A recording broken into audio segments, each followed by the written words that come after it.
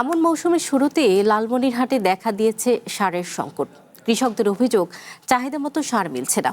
সার পাওয়া গেলেও গুনতে হচ্ছে সরকার নির্ধারিত মূল্যের চেয়ে কয়েক গুণ বেশি টাকা।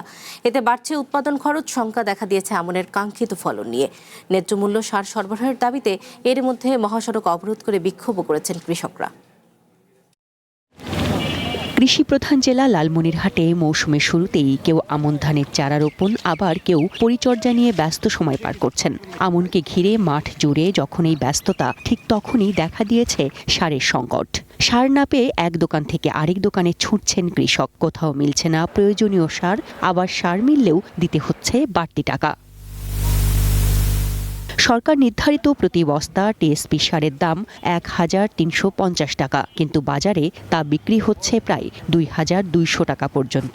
একইভাবে ১,০৫০ টাকার ডিএপি বিক্রি হচ্ছে ১,৭০০ থেকে ১,৮০০ টাকায়, আর ১,৩৫০ টাকার ইউরিয়া বিক্রি হচ্ছে ১,৮০০ টাকা পর্যন্ত।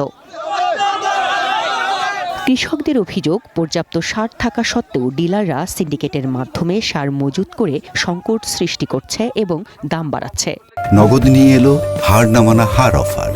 সর্বনিম্ন ১০,০০০ টাকা রেমিটেন্স নগদে পাঠালে থাকছে স্বর্ণের হার জেতার সুযোগ। যারা যারা বড় বড় ডিলার আলু আবাদ করবে তারা তো আগেই সার দখল করে রাখছে। সাধারণ গৃহক তো সাধারণ লোক যার দোকানে সার পাচ্ছে না, সার যদিও কেউ পাচ্ছে, অনেক দাম বেশি যাচ্ছে। সারের দাম বেশি, সার পাওয়া যায় না। মনে করেন সার পাইলে ১৫০০-১৬০০ টাকা বস্তা কেনা লাগে। সারের দাম বেশি, এবার সে মনে করেন যে লেবারের দাম বেশি, হালের দাম বেশি, ঠিক আছে, তেলের দাম বেশি, সারের দাম বেশি, কামলার দাম বেশি, আর ধান বেশি আমরা ধরেন যে এই পাই না, লাভজনক করতে পারি না। কৃষি কর্মকর্তা জানান, ইউরিয়া সারের পর্যাপ্ত মজুত রয়েছে। সরকার নির্ধারিত মূল্যের চেয়ে কেউ বেশি দাম নিতে পারবে না। এই মুহূর্তে আমাদের সারের আসলে এখন বলা যায় লিন পিরিয়ড। দ্যাট মিনস আমাদের হলো এখন সারের খুব একটা চাহিদা নেই।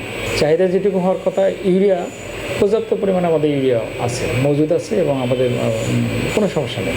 এবার লালমনিরহাট জেলায় আমন ধানের লক্ষ্যমাত্রা নির্ধারণ করা হয়েছে প্রায় ৮৬,০০০ হেক্টর। সরকার নির্ধারিত মূল্যে পর্যাপ্ত সার সরবরাহ নিশ্চিত করা, পাশাপাশি কৃত্রিম সংকট তৈরি করে যারা বেশি দামে সার বিক্রি করছে তাদের বিরুদ্ধে ব্যবস্থা নেওয়ার দাবি জানান ভুক্তভোগীরা। One national desk.